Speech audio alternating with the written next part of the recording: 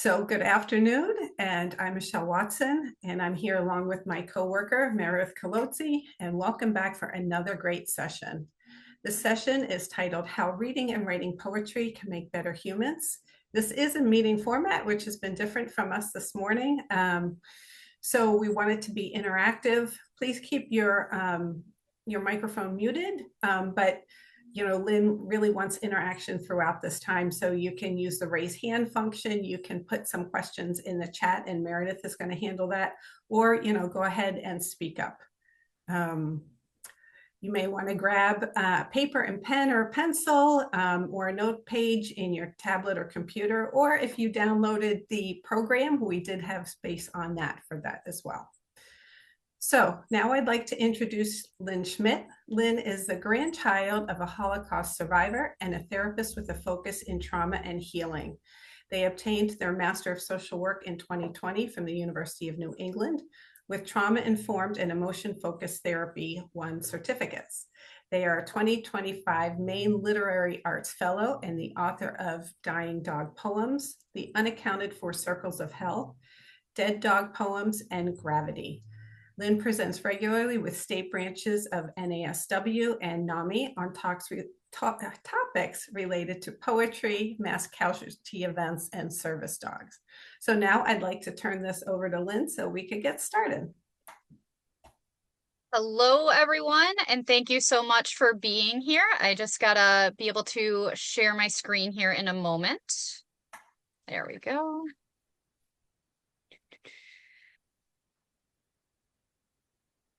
Okay, so this should work, and then I should be able to show it.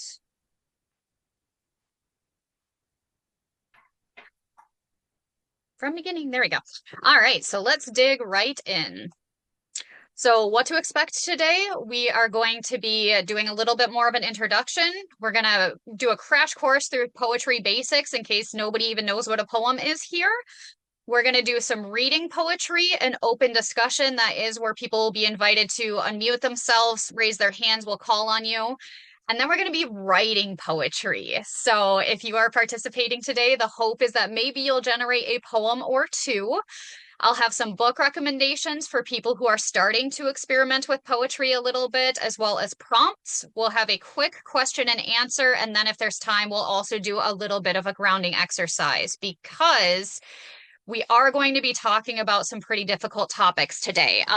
Suicide was listed on here initially. I should have deleted that. I do apologize, but we are still going to be covering topics related to death and dying, not just human, but also animal. And so it can be really difficult. So I'm glad we're on lunchtime right now. Please make sure you're taking care of yourselves and staying hydrated. Yes, please have something to write with or write on or take notes with. If you're welcome to type, things like that. And when I did a practice run with this on Sunday, my people recommended also having tissues nearby because the hope is a little bit to unlock some of our own things to be able to give it a place to process.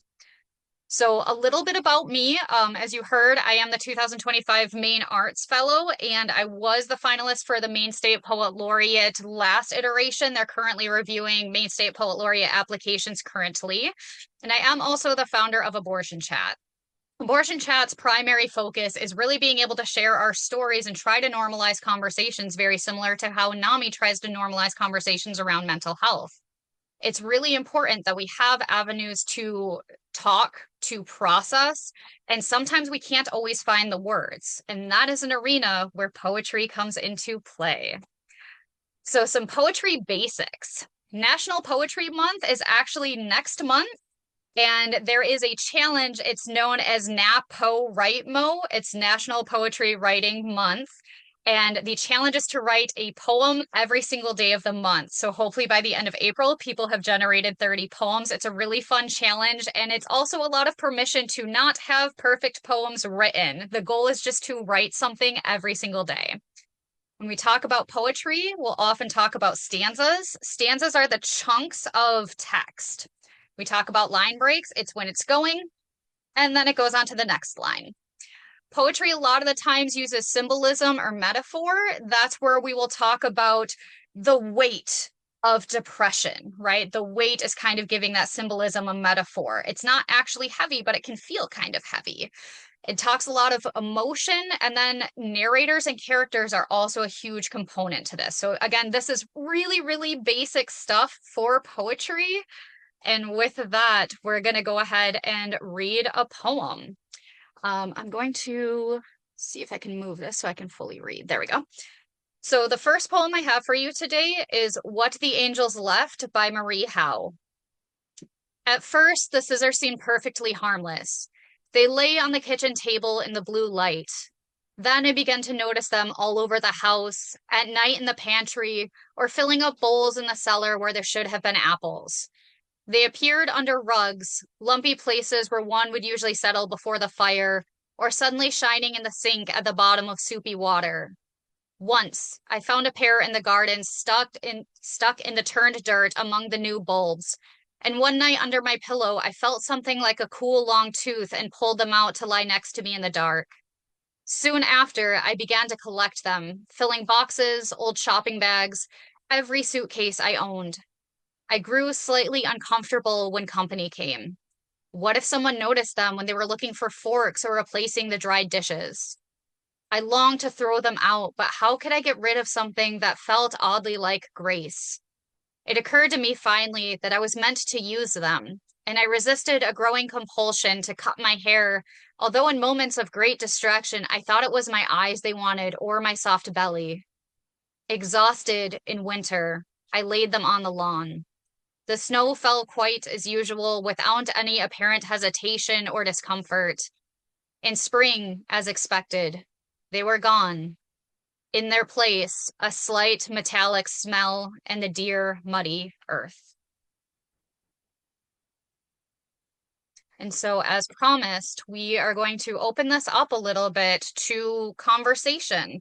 You are welcome to kind of put your response in the chat. Although, if anybody would like to share openly, what is your first reaction to this poem? And also, what do you think Marie is actually talking about here? And I'll go back to so we can kind of stare at the poem.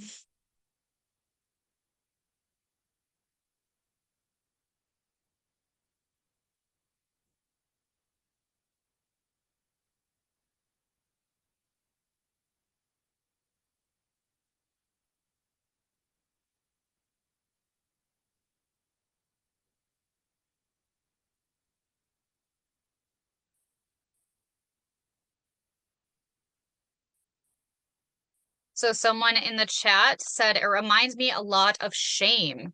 Would you be comfortable expanding on that? What do you notice feels shameful in this?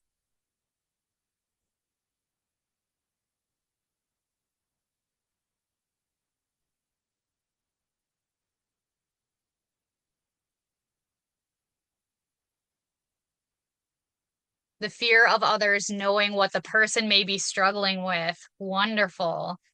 In this regard, Marie is saying that she's struggling with scissors. Do we actually think she's struggling with scissors being everywhere? What might this symbol be? I'm stuck by the intrusive thinking. Okay.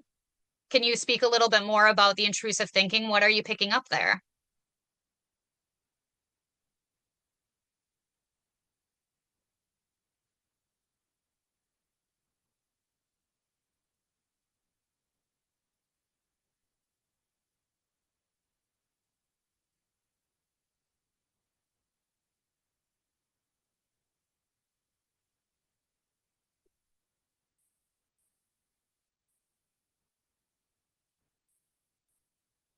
The scissors are everywhere. She finds them, she worries about them, still tries to do normal life activities, and there they are. I love that focus on trying to do the normal life activities, because how often do we come up against something, whether it's grief, whether it's depression, whether it's something else, and we're still just having to go to work and we're still trying to be social, and it feels like we're kind of being haunted, right? We're not really able to do them the way we had previously been. So this poem is known as what's what's using an extended metaphor, right? So the scissors are not actually about scissors. The scissors are representative of grief here. And the grief is because she had lost her brother. And that's right, a very familial, close connection. And she's talking about this encompassing grief. I did a practice round of this presentation on Sunday, and one of the participants pointed out that last line, after the scissors go away, in their place, a slight metallic smell and the dear muddy earth. And they pointed out that though the scissors are kind of gone, there's still a lingering. There's still something carrying over that this person is still being affected by, but not as pervasively as when they're kind of like getting buried alive by the scissors. Somebody else just said, I was thinking grief because it comes up where you least expect it. Yeah. So this is one of my favorite poems to open with because it really shows that she's trying to say something without directly saying something, and that's truly where poetry lies. The next couple of poems are going to be a little bit more direct. They're my poems. I'm going to be fully upfront with you. I'm a concrete thinker, so metaphor and symbolism can actually be really difficult for me, but this is really cool because you can choose to let your words out however feels supportive to you. They literally become part of the landscape by dissolving into it. Yeah. Yeah. Wonderful. Wonderful. So the next poem, I'm going to have to move some things around because I'm trying to see everything all at once. So this poem is called If I Wrote the Obituary Honestly. If I wrote the obituary honestly, I would tell you he was in an unhappy marriage for years, and this likely contributed to his decline. I would write how my mother would call me to complain about him, and when I was home, I often had to ask her to just be nicer to him. Once, when I hugged him goodbye, I thanked him for not killing her. Not because he was abusive, but because as someone who once lived with her, I got it. When we picked up the ashes, his urn looked like a trash can. I told my mom I would upgrade it. She told me not to waste the money. I would write about how even after he is dead and the mattress he died on is removed from his bedroom, my mother still insults him. I would tell you that it took 16 days before I was the one to call the funeral home and ask about the obituary. The funeral director said he would send me a draft with the notes that he had, and I would be responsible to fill in what kind of man he was. The truth is, I saw him less than once a year. I don't know what kind of man he was. If I'm being honest, I would tell you that out of all of the people my mother dated or married, he was my favorite, and he deserved better. So I wrote the obituary because no one else would. And so again, we're going to open this up to discussion. What what do you see here? What kind of sticks out a little bit to you? What are some of the emotions under this? And again, you are welcome to unmute yourself and share, or again, you can put it in the chat too, and I will pull up the poem again so people can reference it if they would like to.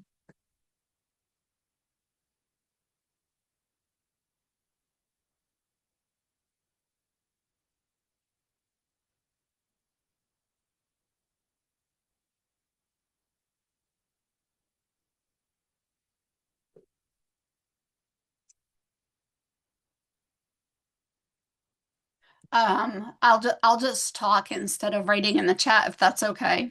Absolutely welcome. Yeah.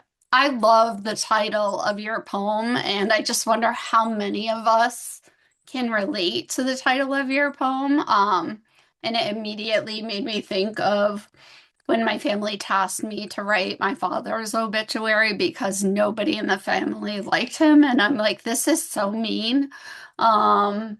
And so I was like, what do you want me to say? And nobody could come up with anything. And so I wrote the whole thing, but I felt like it was a lie. And it was so hard for me. And so I love this. And now I want to go back and like write one like this. You gave me like the courage and strength just because I need to. So thank you. Of course, and very soon we are going to open up space for you to be able to write your poetry. So if you want space to write that, you can use that prompt for yourself. Yeah. Absolutely. And I just wonder how Um, many other people have had to do something like that in their lives. So thank you very much. in the comments, people are sharing, it reminds me of the time I wrote my husband's obituary. I hope I was accurate. And that's just so powerful as well, right? Because we're kind of juggling that piece of like honesty and accuracy, and then also trying to honor our deceased person. And sometimes that deceased person is a loved one, and sometimes it's not. And it's really hard to kind of navigate those feelings. I will offer when I wrote this piece, I literally wrote it as I was writing the obituary because I was so angry. My stepfather has kids of his own. Obviously, he knew them their whole lives. He came into my life when I was about 18 or 19 years old, and he was in my life for about 17 years or so before he passed away. And so, like it says in the poem, I only saw him once a year. I didn't feel authorized to even write this, but 16 days passed. And I realized if nobody else was going to write it, that it was going to fall to me because I wanted something to be there.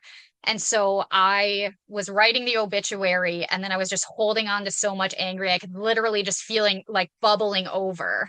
And so I wrote this piece, and it's included in my Unaccounted for Circles of Hell, and it actually won an award this year. And I'm very, very grateful for that. It won first place for a poetry award in Texas.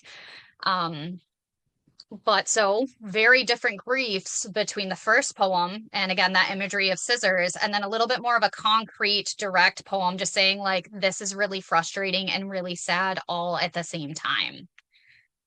So then we're going to go on to the next one. And so this poem is for my girl Kyla Poopy Pants, and this poem is called Alternate Universe Where Your Death is More Gentle. In this poem, the money does not run out. I am not forced to find a job, not trying to save up money. I can stay home. I have time to notice the lump before it becomes marble-sized, before the spider web of cancer builds a nest and spreads like spilled milk. In this poem, we can do the surgery. The vet is competent and we find the right medication, so it's safe to be on chemo. In this poem, we start the treatment sooner. I don't flinch when they say it costs nearly $800 a month. The cancer does not spread through your chest, create fluid in your lungs, a rasp in your breath. In this poem, you still die, but I don't have to leave work early. I don't scream in my car as I drive home, and you do not bleed into my hands while my roommate speeds us to the clinic. Instead, you're just tired. One night, maybe a year or two from now, I help you into bed, and you curl up beside me and we fall asleep together. And in the morning, you don't wake up.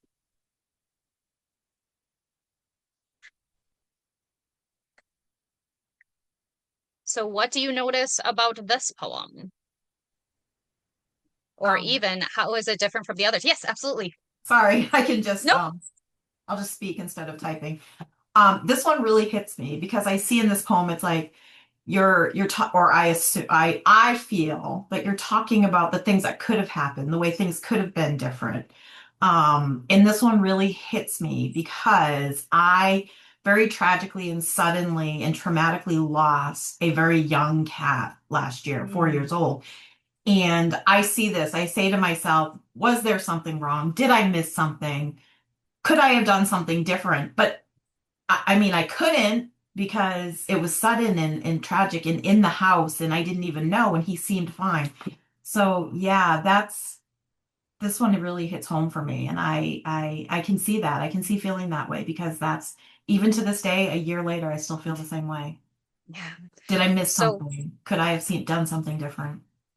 So thank you so much for sharing that, because animals aren't able to speak to us, right? Like they're not necessarily always able to tell us when they're hurt, and we just go along until something tends to be catastrophically wrong. And then very often we are left with that guilt of what Pam was just saying and sharing of like, could I have noticed something? I knew Kyla had cancer historically. She actually ended up developing 3 separate types of cancers, which is like uncanny. And she also had Cushing's disease. And walking her through this path of trying to decide when to make that choice was just so difficult. And one of the handouts that I am including, if y'all choose to download things, is actually specifically a 10 prompt poetry prompt list to process pet grief. It does reference some of my books with that, but that's obviously not necessary. It's just a little bit of a guide where if you want to read a poem and then try to generate something after it, that's where it can kind of help unlock our brains a little bit. But pet grief is next level in a lot of arenas because studies are showing we tend to grieve for our animals a little bit more than for our human counterparts. And it's because they're our secret keepers and they're adorable. And even when they do something wrong, we can kind of rationalize, like, well, they didn't really do anything wrong. And we can excuse a lot of their behavior because they're not actually trying to be malicious. Someone shared in the chat that they're going through something similar with their Zoe right now. And it's so tough to be able to unpack this. Pet grief specifically is a disenfranchised grief, meaning very often we are met with, well, it's just a dog, or it's just a cat, or it's just a beardy. Like, no, sometimes these animals tend to be the center of our universe, and it's very destabilizing when this happens. So, I do hope that some of the prompts included will be able to help some people process some of these things. And we are going to shift gears a little bit to honor your own journey and things that you are currently going through. So if any of the previous pieces moved you and you wanted to start writing, absolutely go ahead. But if you're still kind of like starting to feel things and need a little bit more structure right now, we are going to write an alternate universe poem. And so an alternate universe poem is very similar to the one we just read, where you hear what kind of happened, right? We sped to the emergency vet. She was bleeding into my hands. Really terrible things happened. But in that poem, I gave her a gentler death. I let her pass in bed with me. So I literally rewrote a small piece of her story. This is an invitation for you to choose something. It doesn't have to be animal related. It can be literally any aspect of life. Maybe you'd wore a different outfit to an event. How might that change your story? I've read an alternate universe where a survivor of domestic violence didn't give their phone number to the guy who would later hurt them. And it's just that one piece that shifted the entire story. So we're going to take just about 5 minutes, maybe 4, and we're going to write an alternate universe poem. So there was a comment in the chat before you add that said I had to give my cats away several years ago. I have recurring dreams of them. Had them last night. And if you want to write a piece about the dreams, about interactions, about anything that's still kind of coming back to you, this is also a space for that. Thank you for catching that, Meredith.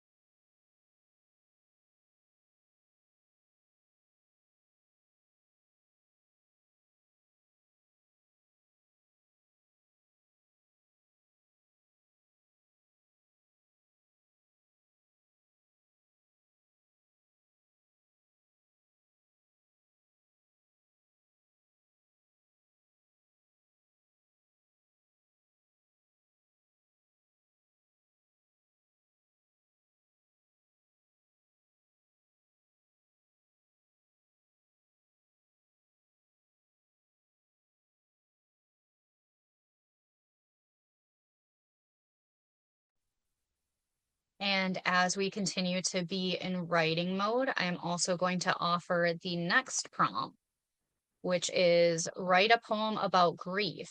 And this is also the gentle reminder that grief is not confined or isolated to death and dying, despite the fact that was the kind of the big focus of the poems that were shared here. But it can be about losing our job. It can be about finding another job and changing our job and missing our coworkers. It can be about becoming disabled. It can be about having been recently harmed, whether in a car accident or some other version of assault or harassment.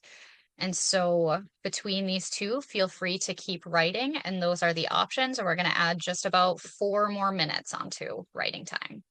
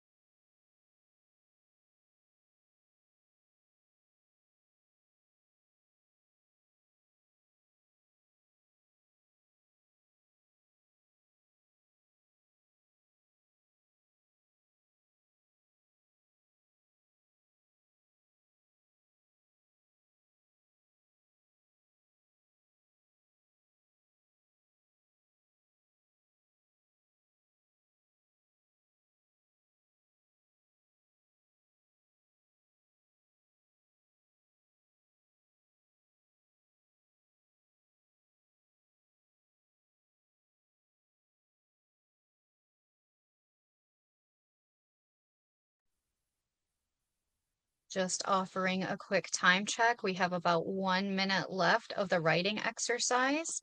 If you'd like to start writing towards a conclusion or a good place to stop, this is kind of that warning.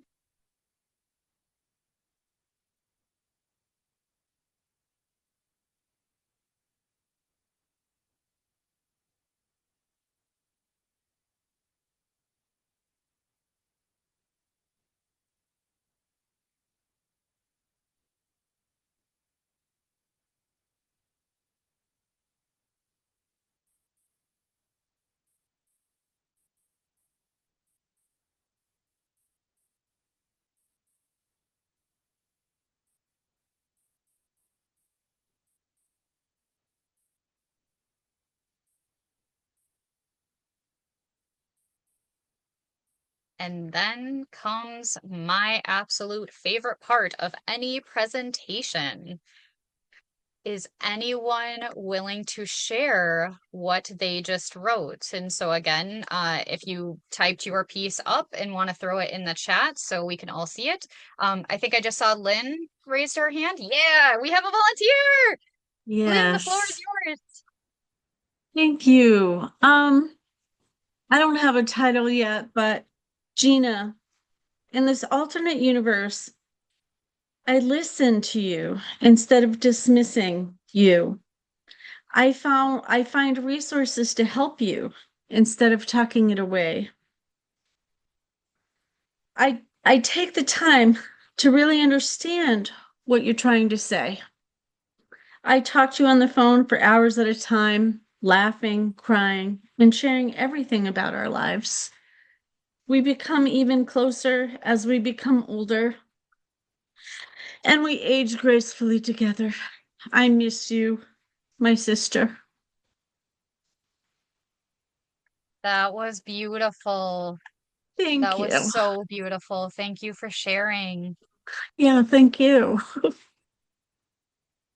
Ooh. I did see Pam's hand up next, and then we have Teresa after that. I don't have a title either, but you lied, you didn't try, you didn't communicate, you refused to take accountability, you destroyed me, you blamed me, I blamed myself, I didn't respect myself, I loved you more than myself, I didn't walk away, I deserved better. I am stronger now. I won't let it happen again. I love myself. I have faith in myself, and I will never allow someone to make me feel less than again. Thank you so much for sharing that, Pam. And Teresa, you are up if you are ready. I'm ready. It's called My Cold Thoughts. Coldness seeped in me, cold and paralyzed, cold to make steps, frozen inside, thoughts to stay inside. Ice seeped in my brain. Don't step on the ice. Petrified, locked inside, grasping for steady ground. Don't slip. I'm venturing toward the sun.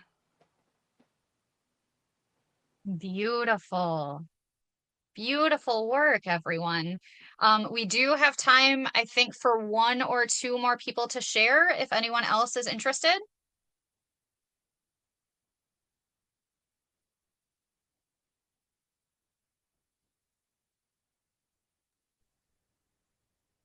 I can share. I don't think I'm finished, but That I is didn't okay. realize I didn't realize how much I needed to read and write. So, I don't have a title either. So, um, the doctor pauses a little longer and takes a little more time. He looks a little more closely and says, "Let's look at this again," instead of, "I think you're fine." Phone calls come sooner, scans come quicker, biopsies happen earlier, and the word cancer arrives before 2 years go by, and it has time to spread to my brain. My life has less scars, less hospitals, less doctor visits, less nights of anxiety. My body is not a battlefield. 5 surgeries don't happen. My body is not radiated. I don't develop anxiety and depression. I grieve for an untouched body. I grieve for time missed in hospitals. I grieve for time missed while I'm in hospitals and doctors. I grieve for time of my life missed. I clearly need to like work on this, but I was just like, Okay. So these are first drafts that we wrote in 5 minutes and under. yeah, So we don't have to be openly critical about them. right. Each piece that was shared today was stunning. Mm. It is okay to go back after the session and edit them if you need to finish them, to give them titles, should you choose to. But you could also do the Emily Dickinson thing where you don't title your poems at all. Mhm. So these were wonderful, and thank all of you so much for being so brave and sharing. We would have time for one more. So last call if anybody else wants to share really quick. I can share mine. Yay! So it's also not finished, but an alternate universe where I stayed. On Monday, our Monday night dinners were my favorite, and in an alternate universe, I wouldn't have moved a state away. 2 hours wouldn't have separated us, and I would have visited you more. Your beef a casa on Monday nights would continue to be a staple. The aroma of garlic would hang in the air, permeating my clothes. You would tell me more about your life growing up in a different country, about my namesake. The day after I called and told you I was coming back home, I wouldn't have gotten the call about your heart attack, about the news of the liver cancer taking residence in your body. In an alternate universe, I would have had more time. Thanks. So thank you. I'm not gonna lie, I'm a very emotional person as it is, and like every single poem that was shared almost moved me to tears, y'all. So again, thank you all. And it does look like there is it looks like there's some sharing in the chat as well. I am going to start shifting gears a little bit, but if everybody wants to give that poem some love, I would love for you all to do that. So tying this quickly back to how poetry helps us become better humans, exactly what we heard here today. It allows us the space to process in real time some of the things that maybe we weren't comfortable sharing. It allows us the space to look at alternate universes where maybe we shifted one little thing and can start working towards a little bit of our grief or our guilt. Studies are now showing that reading and writing poetry increases empathy in people, and I wonder why. We can't hear about people going through intense things without it affecting us. It allows us that space to actually access our feelings on a little bit more deep levels. It also helps to increase communication skills. And so poetry across the board does really, really wonderful things. Here is kind of the list of recommended books. This whole PowerPoint, I did give them permission to upload it. So anything you want to reference and go back to, you are welcome to. So this is sectioned a little bit of like parent laws, people of color, disability access, things like that. There are also poetry prompts. This one does differ a little bit from the handout that was both put in the chat and uploaded. But if you're finding that you're kind of struggling with something, see if one of the prompts speaks to you to try to let that out a little bit more. And then here is my contact information and kind of all of the ways to access me or even support my work. The books in the corner are my books. If anybody is interested in purchasing a signed copy, you are welcome to send me an email. It costs like $5 for shipping and handling within the United States. The little QR code in the center is my ongoing GoFundMe. All of the presentations that I do throughout the nation are self-funded. Unfortunately, my agency doesn't have the financial backing for me to do these presentations. So it all comes from me and my paycheck and my client load. So if anybody wants to help support the work that I'm doing, that's a really wonderful way to make that accessible. I have some trips coming up to Florida and New Mexico, which are each like 20-hour drives. So a lot of gas through that because I can't fly. And then lastly, as we have covered some pretty intense things today, we're going to do a little bit of a breath for grounding. So don't start yet. You can read it, but don't do the thing yet. I'm going to kind of talk you through it. So the first step, I'm going to invite everybody to find a comfortable position. Where we're virtual, you can choose to sit, you can choose to lay, you can turn your cameras off, you can do however you want to. And then if we're comfortable, we're just going to open and close our hands for a second. We can maybe wiggle our toes. We can shrug our shoulders. We can like do the overhead stretch if you're comfortable with that, but we're just kind of moving our body just for a hot second. And what we're going to do is not yet, but we're going to take a really deep breath in. We're going to hold it for the top at 3 seconds, and then we're going to release it in one really big whoosh. And then we're going to do it again and release it. And then we'll talk a little bit more. But so as you are ready, we're going to take a really deep breath in. Hold. 1, 2, 3. Exhale. And right back in. Hold. 1, 2, 3. Exhale. So you should have felt a little maybe wooziness. You should have felt something kind of just feel a little bit different. I'm seeing some thumbs up. Excellent. So disclaimer, please do not do that breath more than twice. You can actually cause yourself to pass out from it. But that breath is a really good one for nervous system regulation. It is telling our brain and our body that we are safe and that we are in control of our breathing, and it doesn't have to rely on those automated pieces. This is really great when we are faced with things that we are afraid of or anxiety or if we've just had a somewhat intense poetry session and just need to let some of that out. I am happy to stay on for a couple minutes after because I recognize I'm bringing this like right to the end, putting my contact information up one more time. And with that, thank you all so much for joining me today. There are a couple comments in the chat. I don't see your contact information. Where is that? It should be on the slide. Can you not see my slides right now? Oh, let me see. Hold on. I may have clicked on something. I see you. We can add it to the chat. Perfect. Yeah, and so again, my slides are also on the downloadable portion. So I have Okay. a contact slide in there. I have the QR. I have like my book covers and things like that. So Yeah, okay. yeah. All right. Yeah, I'm just looking at you right now. Perfect. Interesting. In the lobby of the conference where you went into the session, if you actually click on the session and scroll down, the two PDFs I put in there are in there, as well as the PowerPoint. So this slide will also be there. Thank you. You're welcome. Thank you very much. Thank you. Someone in the chat just said that they have 2 of my books, and that makes my heart so happy.